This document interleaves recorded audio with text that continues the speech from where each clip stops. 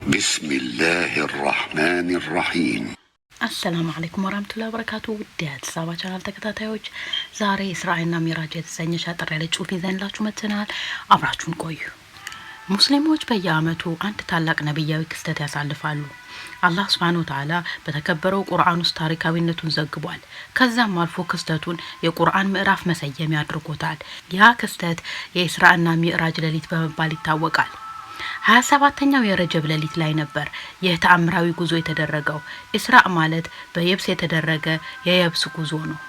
አላህ ሱብሓነሁ ወተዓላ ታላቁን ነብይ ሰለላሁ ዐለይሂ ወሰለም በአንድ ሌሊት ከመካ ወደ ቤተል መቅዲስ ከመስጂድል ሐረም ወደ መስጂድል አቅሳ እንዲጓዙ ያስቻለበት ነው። ሚዕራጅ ማለት ከምድር ወደ ሰማይ የተደረገ የህዋ ጉዞ ነው። የጉዞ መነሻ ቤተል መቅደስ ሆኖ ወደ ሰማይ ሰማያት የተደረገ እርግታ ነው። ይህንን መዳረሻ የሰው ልጅ ኮቴ ረግጦት አያውቅም። ሲድረተል ሙንተሃ ይሰኛል። የጉዞ መዳረሻ ምንነቱን አላህ ሱብሓነሁ ወተዓላ ብቻ ነው የሚያውቀው። እነኚህ ሁለት ጉዞዎች በነብዩ ሰለላሁ ዐለይሂ ወሰለም ህይወትና በመካ ዳዕዋቸው ላይ ወሳኝ እርከኖች ናቸው። ከመካ ቁረይሾች አይነቱ የበዛ መከራን ካሳለፉ በኋላ ምናልባት ሰቂፍ የተባሉ የጧይፍ ጎሳዎች ዘንድ ተቀባይነትን የማግኘት ተስፋን ሰንቀው ወደ ጧይፍ አመሩ። ዳሩ ግን አስከፊ መልስ ነበር የጠበቃቸው። ቂላቂሎቻቸውን ሰባሰቡባቸው፣ ባሮቻቸውን አዘዙባቸው፣ በህፃኖቻቸው ድንጋይ አስወረወሩባቸው። የረሱል ሰለላሁ ዐለይሂ ወሰለም እግር በደም ተጠመቀ። አገልጋያቸው ዘይድ ብን ሐሪስ ረዲየላሁ አንሁ የሚወረወሩ ድንጋዮች እርሱ ላይ እንዲዘንቡ ይጥራል። የረሱልን ሰለላሁ ዐለይሂ ወሰለም ስቃይ ይቀንስ ዘንድ ይረባረባል። የራሱ ቀል በርካታ ቦታ ላይ ተፈነካከተ። በሰውነቱ ላይ የሚፈሰው ደም ጫማውን አራሰው።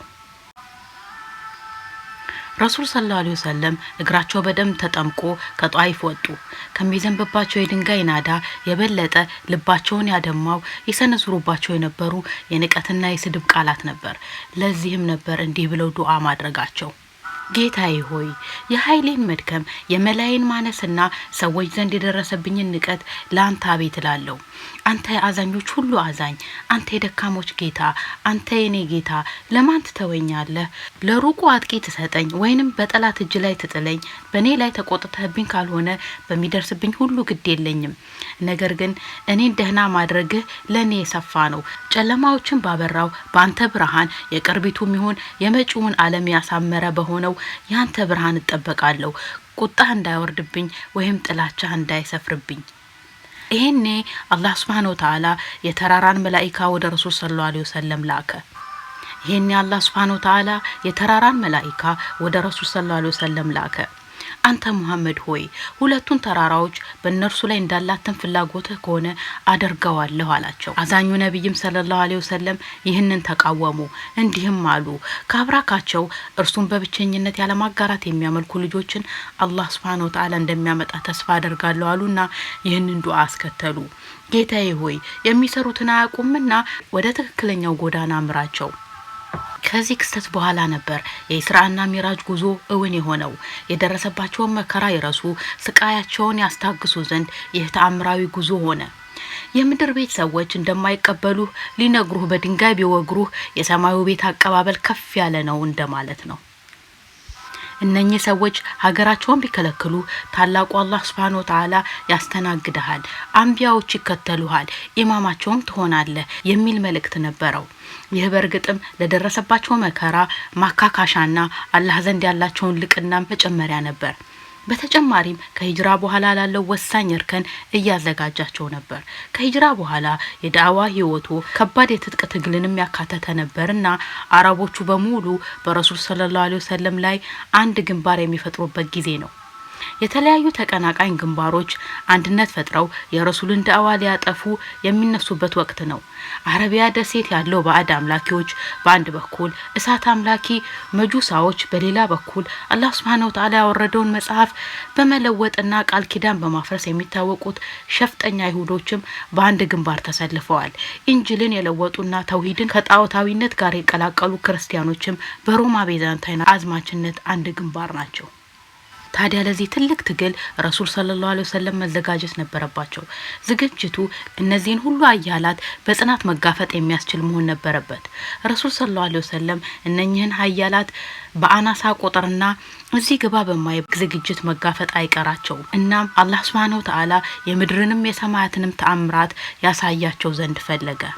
بسم الله الرحمن الرحيم سبحان الذي أسرى بعبده ليلا من المسجد الحرام إلى المسجد الأقصى الذي باركنا حوله لنريه من آياتنا إنه هو السميع البصير ያ ባሪያውን ከተከበረ መስጊድ ወደዚያ ዙሪያውን ወደ ባረከው ወደ ሩቁ መስጊድ በሌሊት ውስጥ ያስኬደው ጌታ ጥራት ይገባው። ከተአምራቶቻችን ልናሳየው አስኬድ ነው። እነሆ እርሱ አላህ ሰሚም ተመልካችም ነው። አልኢስራ 17:1 በዚህ ፍጥረት ዓለም ውስጥ ያለን ተአምር ይመለከቱ ዘንድ ረሱል ሰለላሁ ዐለይሂ ወሰለም በምድር ብቻ ሳይገታ በሰማያትም ያለን አስደናቂ ተአምራት ይመለከቱ ዘንድ የነጅም ምዕራፍ ላይም ይህንን የሰማይ ተአምራትን አስመልክቶ አላህ ሱብሓነሁ ወተዓላ እንዲህ ይላል።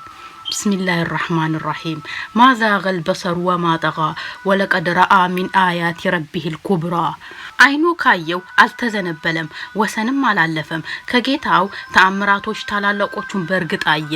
አነጅም 53 ከ17 እስከ 18 የረሱል ሰለላሁ ዐለይሂ ወሰለም ልብ ይጠንክር፣ ጥንካሬያቸው ይታደስ፣ ሞራላቸው ይገንባና የክህደትን ማዕበል ከሁሉም አቅጣጫ መመከት ይችሉ ዘንድ ከታላቅ ተአምራቶቹ አሳያቸው።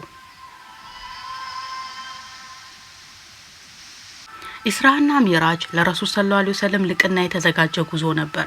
በመካም ሆነ በጣኢፍ ህዝባቸው ያደረሰባቸውን ስቃይ ማስረሻና መንፈሳቸውን ማደሻ ነበር። ከዚህ ሁሉ በተጨማሪ አንድ ትልቅ ኃላፊነትም የተረከቡበት ጉዞ ነበር። ያ ኃላፊነትም ለወደፊት በነበራቸው ይሁን በተከታይ ሙስሊሞች ህይወት ላይ ከባድ ተጽዕኖ የሚኖረው ግዙፍ ኃላፊነት ነበር። ሰላት በዚህ ታላቅ ሌሊት አላህ ሱብሓነሁ ወተዓላ ሰላትን ግዴታ አደረገ።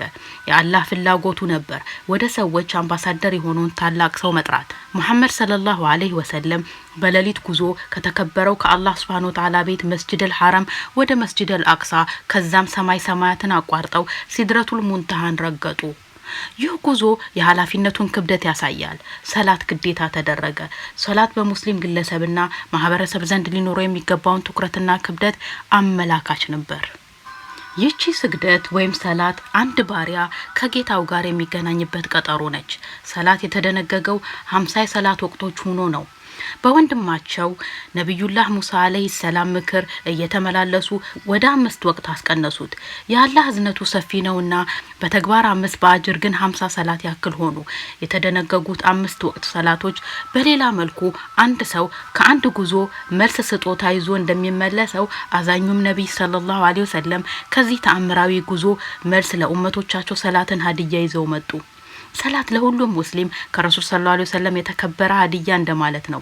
ይቺ ታላቅ ሀዲያ አንድ ሙስሊም የተላቀውን ጌታውን ይገዛበታል፣ የመንፈስ እርካታንም ይጎናጸፍበታል፣ ውስጡን ያጸዳበታል፣ የዱንያ ጭንቀቱን ያስወግድበታል።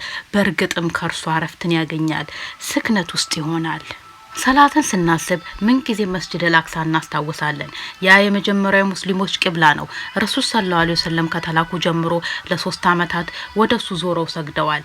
ከዛም ፊታቸውን ወደ ካዕባ ያዞሩ ዘንድ አላህ አዟቸዋል። فولي وجهك شطر المسجد الحرام وحيث ما كنتم فولوا وجوهكم شطره ስለዚህ ፊትህን ወደ ተከበረው መስጊድ ወደ ካዕባ አቅጣጫ አዙር። የትም ስፍራ ብትሆኑም ስትሰግዱ ፊቶቻችሁን ወደ እሱ አቅጣጫ አዙሩ።